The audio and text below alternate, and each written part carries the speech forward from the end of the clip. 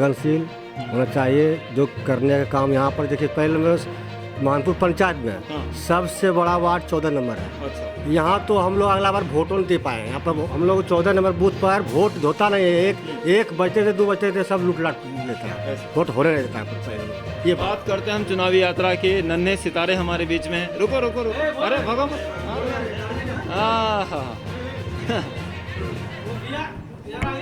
आ जाओ। बच्चे मासूम होते हैं, बच्चे घबराए होते हैं। ठीक है, आओ बेटा, आ जाओ। हाँ, आ जाओ आ जाओ आ जाओ। हम सभी हम ये होता है मुख्य गार्जियन होता है, पंचायत का मुख्य गार्जियन होता है। हाँ अच्छा जी, अच्छा आ जाओ बेटा। क्या नाम है आपका? शिवम कुमार। खड़े रहो, कोई कुछ नहीं करेगा आपको। ठीक है, चलिए। चुनावी यात्रा चल रही है यहाँ पे, है ना? चल रही है। अच्छा आप बताओ, आप कौन सी क्लास में पढ़ते हो? 5 में पढ़ते हैं। क्या बनेंगे बड़े होकर? आर्मी ऑफिसर बनना चाहते हैं? अरे क्या बात, बहुत अच्छी बात है। आर्मी ऑफिसर बनना चाहते हो। अभी आपके नज़दीक खड़े हो, भाई साहब ने बोला कि वो पुलिस ऑफिसर बनना चाहते हैं, है ना? फौजी नहीं, पुलिस ऑफिसर बनना चाहते हैं। ठीक है। अच्छा क्या नाम बताया आपने? शिवम बताओ, ये चुनावी यात्रा चल रही है, क्या तुम्हें लगता है कैसा है माहौल यहाँ पे? माहौल कैसा लगता है? क्या लग रहा है अभी क्या चल रहा है यहाँ पे? हमको तो उतना नहीं पता है, लेकिन थोड़ा मोड़ा कमी है सब चीज़ का। कमी है। अच्छा, क्योंकि हम सभी बड़े बड़े लोगों से बात कर लेते हैं कि तुम्हें क्या चाहिए, वो बोलते मुझे आवास चाहिए, मुझे शौचालय चाहिए, मुझे ये चाहिए, मुझे वो चाहिए। लेकिन बच्चों से कोई पूछता नहीं है कि एक मुखिया जीत कर आए तो बच्चों के लिए क्या करना चाहिए। क्या करना चाहिए एक मुखिया ने, एक प्रधान ने जो जीत कर जाता है, बच्चों के लिए क्या करना चाहिए? तुम्हारे लिए क्या करना चाहिए बच्चों के लिए? स्कूल में पढ़ाई ठीक देना चाहिए और घर सब कुछ बनाना चाहिए। घर बनाना चाहिए, पढ़ाई ठीक करवानी चाहिए। अच्छा बताओ, आप कौन से स्कूल में पढ़ते हैं? यहीं का उत्कर्ष मध्य विद्यालय मंगल। ये सरकारी है प्राइवेट? सरकारी स्कूल है। अच्छा, कैसे है वहाँ की पढ़ाई? ठीक है, लेकिन थोड़ा मोड़ा ध्यान नहीं देते हैं। थोड़ा मोड़ा कभी कभी आते हैं, वो भी सर आते हैं पढ़ाने। सर थोड़ा मोड़ा आते हैं, हमेशा नहीं आते हैं? अच्छा, रोज क्लास नहीं लगती आपकी? लगती है, लेकिन उतना पढ़ाने वाले रूम में नहीं आते हैं। अच्छा, कहने का मतलब है कि शिक्षा के स्तर भी कहीं ना कहीं गिरा हुआ है ना? परिवर्तन चाहिए, शिक्षा के स्तर में परिवर्तन होना चाहिए। बिल्कुल होना चाहिए। आपके हिसाब से क्या लगता है? एकदम शिक्षा एकदम सुधारना चाहिए, बहुत जरूरी है। शिक्षा सबसे पहले है। शिक्षा पहले है ना? हाँ, बच्चा का भविष्य है, बच्चों का भविष्य है शिक्षा। सर बताइए, क्या है रणनीतियाँ शिक्षा को सुधारने की? क्या करेंगे आप? ये बच्चों के भविष्य को कैसे बनाएंगे आप, कैसे संवारेंगे? शिक्षा के सुधारने के लिए सबसे पहले स्कूल के सही ढंग से व्यवस्था जो हमारे प्रतिनिधि चुन के आएंगे आगे वो करेंगे, मुझे पूर्ण विश्वास है। और टीचरों पर भी ध्यान रखा जाएगा। जो टीचर आते हैं मनमानी से पढ़ाई करते हैं, जब आया तो पढ़ाया, नहीं आया तो अपना छुट्टी लेके गया। उस पर निगरानी रखना चाहिए। जो हमारे ग्राम प्रधान के बनेंगे, जो मुखिया, उनको निगरानी रखना पड़ेगा इसके ऊपर, तभी हमारा सुधार हो सकता है स्कूल का, और बच्चे का यहाँ से शिक्षा प्राप्त कर सकते हैं, नहीं तो नहीं हो पाएगा जी। अच्छा, इसके साथ साथ मैं एक बात करना चाहता हूँ कि जैसे आपने भी बताया, क्या नाम बताया आपने? सिंधु देवी जी से। कहीं ना कहीं मुझे ये लग रहा है, याद आ रहा है कि हम लोग जब अभी आ रहे थे वार्ड क्रमांक 14 में, तो सिंधु देवी और उनके समर्थकों से हमारी मुलाकात हुई। उन्होंने कहा, एक बहुत अच्छी बात कही उन्होंने। मैंने उनसे बोला कि स्वास्थ्य के विषय में आपकी क्या योजनाएं हैं? तो सिंधु देवी जी का कहना ये था, हेलो, हाँ, तो उन्होंने एक अचंभित करने वाली बात ये बोली कि मैंने बोला, आप गरीब जनता के लिए क्या करने वाले हो स्वास्थ्य के विषय में? उन्होंने कहा कि हम एम्बुलेंस की व्यवस्था करने वाले हैं। क्या कहेंगे आप इस पर? तो हमें क्या फ़ायदा हो? बहुत बढ़िया, इतनी बढ़िया अगर बात वो है कि अगर स्वास्थ्य अपना व्यवस्था करने वाला एम्बुलेंस, तो अगर रात को ऐसे भी हमारे गांव से अस्पताल काफ़ी दूर है। जैसे अगर साधारण देखिए तो छोटा से अस्पताल प्राइवेट है जो कि दिनारा में है, और सुविधा नहीं है लोग के जाने के लिए, गरीब को उनके पैसे नहीं है, लोग रास्ते में दम किस प्रकार लोग जाते हैं, किस प्रकार बीमार हो जाते हैं, तो क्या व्यवस्था है उनके लिए? अभी ऐसे गांव गिरान में जो गाड़ियां रखा है प्राइवेट गाड़ी, उनसे जाते हैं लोग अपने कुछ पैसे खर्च करके। लोग गांव के लोग, सरकार की तरफ से कोई सुविधा है? बिल्कुल सुविधा नहीं सर। अच्छा, यहाँ पर एम्बुलेंस किस स्तर पे, प्रखंड पे एम्बुलेंस की सुविधा है या किस प्रकार, कहाँ पर? यहाँ पे प्रखंड के स्तर पे सुविधा है एम्बुलेंस जी। चलिए आइए इसके साथ हम और कुछ लोगों से बात करते हैं, बात करते हुए फिर आपसे मिलेंगे। कुछ लोगों के मुद्दे अगर हमारे बीच में आते हैं तो हम फिर आपसे बात करेंगे, क्योंकि आप चर्चा के बीच में बने हुए हैं। भाई साहब क्या नाम है आपका? मेरा नाम आज़ाद कुमार यादव हुआ। आज़ाद कुमार यादव जी, आप आज़ाद हैं है ना? जी। चुनावी यात्रा चल रही है आपके मोहनपुर पंचायत में, क्या कहेंगे, क्या माहौल है? माहौल देखिए, यहाँ जनता को चाहिए कि एक बढ़िया पढ़ा लिखा शिक्षित को चुने, ओके, जो कि समाज में काम करे और अच्छी काम करे। और अभी तक जो इतना भी काम हुआ है, मतलब सिर्फ काम का तो नाम है, बाकी सब लूट खसोट हुआ है। अच्छा, लूट खसोट कहीं हुआ भी है। आप देख लीजिए, जल नल, गली नली और शौचालय हो गया, मतलब एक भी कामयाब नहीं है। कोई भी काम नहीं हुआ, नहीं ये हुआ है। कहना चाहते हैं? अच्छा, मतलब पिछले जो काम हुए प्रधानों के द्वारा, जी, क्या उनके काम से संतुष्ट हैं? नहीं, खुश नहीं है? नहीं है, अच्छा, क्योंकि उसमें सिर्फ लूट खसोट हुआ है। जो भी रोड बनाया है, जिससे नली बनता है, हाँ। तो रोड से नीचे नली होना चाहिए, ताकि रोड का पानी नली में आए और नदिया में चले जाए। नालियाँ बन चुकी है आपके वार्ड में? नहीं, नलियाँ बन चुकी है, लेकिन जाके देखिए, अच्छा, नाली नहीं बनी, मतलब अभी? कचरा जमा हुआ उसमें। कचरा जमा हुआ है। हम्म। ओके। नल जल की क्या व्यवस्था है आपके यहाँ? पानी पीने का पानी कहाँ से आता है, क्या होता है, कैसे लोग पीते हैं, कैसे अपना जीवन? मेरे वार्ड में तो अभी नल जल ठीक कौन है। से वार्ड से हैं? मेरे ये 13 नंबर वार्ड है, मोहनपुर 13 पंचायत में। नंबर वार्ड से हैं। जी, ये हम लोग अभी पास खड़ा में हैं, लगा हुआ। 14 में खड़ा हैं। अच्छा, 14 यहाँ पे नल जल नहीं है, यहाँ पे नल जल नहीं, आपके वहाँ पर व्यवस्था है? वहाँ पे व्यवस्था है अभी फिलहाल। क्या व्यवस्था है? कुएं से पानी पीते हैं नहीं। कि हैंडपम्प से पीते हैं कि क्या होता है? थी कुएं से भी पीते हैं, उसके बाद नल जल से भी पानी आती होती है। तो भरपूर व्यवस्था है आपके यहाँ? जी ये प्रधान की तरफ से दी गई है? जी अच्छा, मतलब उनकी तरफ से नल जल की व्यवस्था आपके यहाँ हो चुकी है? जी। कौन सा विभाग से हुआ है?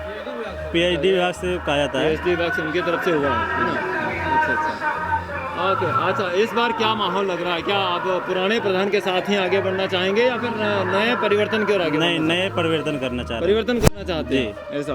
तो नए परिवर्तन में आप किस प्रकार से मोहनपुर पंचायत को देखना चाहते हैं कि कौन कौन से विकास की गंगा अब यहाँ पर बहनी चाहिए, कौन से काम होने चाहिए? जैसे सबसे पहली बात जो हमारे चाचा लोग जो बोल चुके हैं कि स्वास्थ्य व्यवस्था, उसको जो है यहाँ पे व्यवस्था करना चाहिए। हाँ, जैसे अभी भाई उसके साहब ने बाद एक नया बिंदु बताया। दूसरा नंबर उनके, क्या है, हाँ, शिक्षा। परिवार में। शिक्षा का यहाँ बहुत से जो है कि बच्चे जो है बाहर चले जाते हैं पढ़ने के अभाव से, प्राइवेट स्कूल में भेज देते हैं। अच्छा, और सरकारी स्कूल में तो पढ़ाई होता ही नहीं यहाँ पे। सिर्फ यहाँ जो भी टीचर है सरकारी लोग, आपस में बैठ करके राजनीति करना उसका काम है। अच्छा, आपके हिसाब से रोजगार की क्या सरकार है आपकी? रोजगार की कोई व्यवस्था नहीं दिख रही यहाँ पे। अच्छा, जो बेरोजगार युवक हैं जी, वो किस प्रकार से रोजगार प्राप्त करते हैं? यहाँ पे कोई व्यवस्था नहीं है। वो तो सारे जितना भी बेरोजगार है साथी है सब। रोजगार के बारे में, बेरोजगार लोगों के लिए क्या है? कुछ नहीं, यहाँ अपना कमाइए खाइए। सब बाहर जाके खटते हैं, यहाँ कोई रोजगार नहीं। नीतीश कुमार बिहार सरकार, देखिए नीतीश कुमार जो यहाँ जो भी किए हुए हैं बिहार में, फिलहाल पहले से कुछ ठीक ठाक है। लेकिन यहाँ का मुखिया जो है, मुखिया का काम क्या है? मुखिया का काम है कि गरीब को देखना, जिसको आवास ने आवास देना, जिसको वृद्धा पेंशन है वृद्धा पेंशन देना, जिनको ये वोटर आई काटना है, जो आधार काटना है, जो भी छोटा मोटा काम है, जो शौचालय न है, वो उनको देना है। तो यहाँ तो कुछ करता नहीं, वो सिर्फ मनरेगा। वो जीत गए, मुखिया बनने के पहले पूरा खर्चा करते हैं, खेत जमीन बेच के खर्चा करके पूरा दारू मुर्गा करके क्लियर कर देते हैं। जब सीट आ जाता है सिर्फ नरेगा पर फोकस रहता है उनका कि मनरेगा मुझे लूटना है और मुझे करोड़पति बनना है। 5 साल के बाद फिर वो दोबारा बन के, यहाँ मोहनपुर पंचायत का वो इतिहास है, यहाँ दोबारा कोई भी नहीं जीतता है, एक बार से दोबारा नहीं, क्योंकि वो लूटने में रहते हैं। सिर्फ मुझे लूटना है, जनता जाए भाड़ में, हमको उससे कोई मतलब नहीं। अपना काम बनता है, जनता जाए भाड़ में, कोई मतलब नहीं। चलिए, बेरोजगार के ऊपर काम होना चाहिए। बिल्कुल होना चाहिए। पढ़ा लिखा सब बेरोजगार घूम रहा है सब। इन्हीं को ले लीजिए, पूरा डिग्री के साथ वैसे अभी देखिए ऐसे बेरोजगार बैठे हुए हैं जो है। बेरोजगार पे बात होनी चाहिए, होनी चाहिए। बेरोजगार पे काम होना चाहिए, जी होनी चाहिए। आपके हिसाब से कोई बात जिस पे बेरोजगारी, ऐसे कौन सी चीजें हैं जिस पे बेरोजगारी खत्म हो जाए, क्या किया जाए? बेरोजगारी उस तरह किसी का दूर नहीं होता है, नहीं समझे, हम यहाँ नहीं कर सकता। लेकिन दो तीन चीज़ें जो है कि जो सबसे लाभान्वित हो वो होना चाहिए। शिक्षा के विषय में हो गया, ये स्वास्थ्य के विषय में हो गया, ये पानी वगैरह ये जो भी हो गया, ये सब हो जाए। हाँ, जल नल की व्यवस्था होनी चाहिए। आयुष्मान कार्ड आपका बना है? नहीं, नहीं बना आपका आयुष्मान? नहीं बना। आयुष्मान कार्ड कितने लोगों का बना हुआ? आयुष्मान कार्ड क्यों नहीं बनाया गया? कारण अब ये नहीं बता सकते यहाँ यहाँ जानकारी नहीं है, ये तो मुखिया का काम है कि जानकारी देना, आयुष्मान कार्ड बनवाना सबको, ये तब जानकारी सिर्फ बोल रहा है ना, मुखिया का काम है सिर्फ लूटना। ये सब मुखिया का कर्तव्य होना चाहिए। लेकिन हम लोग प्रधान है जानकारी मेरे नहीं है कि पंचायत के, कैसे बनता है, क्या इसका प्रोसेस होना है, चाहिए। प्रोसेस क्या है इसका बनाने का, कितना रुपया लगेगा, ये सब कुछ जानकारी हम लोग को नहीं है। पंचायत का गार्जियन होता है मुखिया, पंचायत का गार्जियन जो होता है मुखिया, घर का गार्जियन जो घर का गार्जियन होता है, ये पूरे पंचायत का मालिक होता है मुखिया। वो क्या होना चाहिए ना होना चाहिए वो उनका काम है बताना, लेकिन वो सब मतलब नहीं है, बस सिर्फ अपना पेट भरता है। कभी आप लोगों ने जाकर पूछने की कोशिश की आयुष्मान कार्ड के बारे में? बार बार कहीं विज्ञापन भी देखे होंगे आपने, देखे होंगे विज्ञापन वगैरह आए? हाँ, जैसे अब यहाँ पर देख लिया 4 आदमी है ना, तो कान में से फोन सटाएगा और इधर जाते हुए जाएगा ताकि हमको कोई रोक नहीं दे, बस समझ गए। और दूसरी बात क्या है कि सबसे ज़्यादा ज़रूरत अगर कोई चीज़ है हमारे गांव में तो वो शौचालय की है। अगर यहाँ की महिला भी अगर कितना प्रॉब्लम में है, सबसे ज़्यादा शौचालय, और शौचालय का ही पैसा पूरा खा गया है, और किसी को दिया भी है तो 2000 रख के दिया है। मतलब आयुष्मान कार्ड की बात करें तो किसी को जानकारी नहीं है, किसी को जानकारी नहीं है। तो वृद्धा पेंशन के बारे में क्या स्थिति है आपकी? वृद्धा पेंशन एक भी आज मुखिया एक भी वृद्धा पेंशन नहीं बनाया अपने कार्यकाल में 5 वर्ष में। वो कहते कि मैं 5 आदमी का वृद्धा पेंशन बनवाया है, वो नहीं है, एक भी आदमी को नहीं बनाया। राइट, बिल्कुल नहीं है, बिल्कुल नहीं है, एक भी नहीं है। जो थोड़ा सा अपने आप में होशियार थे वो ब्लॉक जाके बनाया, वो ब्लॉक जिसको थोड़ा सा मालूम है वो ब्लॉक जाके बनवाया हुआ है। हाँ, वो जिसको थोड़ा बहुत अपने जानकारी हुआ वो ब्लॉक जाके अपने से मेहनत करके बनाया है। बाकी बात ये मुखिया का काम था बनवाना, किसको क्या दिखा उससे कोई मतलब नहीं। चलिए, एक भावी नेताजी हमारे बीच में हैं, हम उनसे बात कर लेते हैं कि आयुष्मान कार्ड के बारे में कोई जानकारी अभी तक लोगों को नहीं है। आयुष्मान कार्ड बनना चाहिए, उसके बनाने के लिए क्या होना चाहिए, कैसे करेंगे, क्या आपके राज्य में किस प्रकार काम होने वाला है। बेरोजगारों की हम बात करेंगे, 2 मुद्दे हमारे पास में है, एक तो आयुष्मान कार्ड, दूसरा बेरोजगारी। तो बेरोजगारी के लिए क्या उपाय है आपकी नज़र में? बेरोजगारी जो यहाँ का शिक्षित लोग पढ़े हुए हैं अपना पढ़ लिख करके, उसके लिए जिम्मेदार मुखिया भी है। मुखिया से मैं ये कहना चाहूँगा बन करके अपना केवल पेट ना भरें, और अगर जो जिला स्तर पे हमारा डीएम है उनका घेराव करेंगे, उसको घेराव करेंगे कि हमारे बेरोजगार यहाँ हमारी पंचायत में पड़े हुए उनको रोजगार देने का काम करिए। और मैं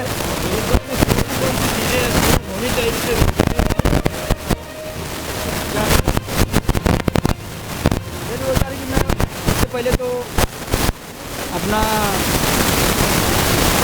यहाँ का जो बिजली का जो सुविधा है, जो सड़कें हैं, जो नाले हैं, वो सब होना चाहिए। यहाँ का देश है वो सब अगर होगा तो बेरोजगारी खत्म हो जाएगा आहिस्ता आहिस्ता।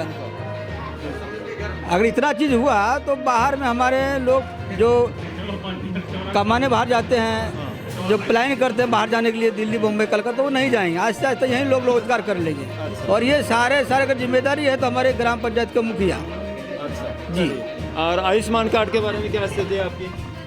आयुष्मान भारत जो कार्ड का है, यहाँ के लोग जो मुखिया बताए, हमारे जो मित्र हैं, हमारे संतोष भाई साहब जी ने सही बताया कि लोगों को यहाँ का गाँव आदमी की जानकारी नहीं है। और ये काम है मुखिया को बताना। अगर तुमको ग्राम पंचायत का अगर मालिक बनाता है एक चुन करके, जाते हो ब्लॉक, आते हो ब्लॉक से सारा जानकारी वहाँ से मिलती है, प्रखंड से मिलती है, जिला से मिलती है। लोग मजदूरी दिन में करते हैं, उनको क्या जानकारी मिलेगा घर में रह करके?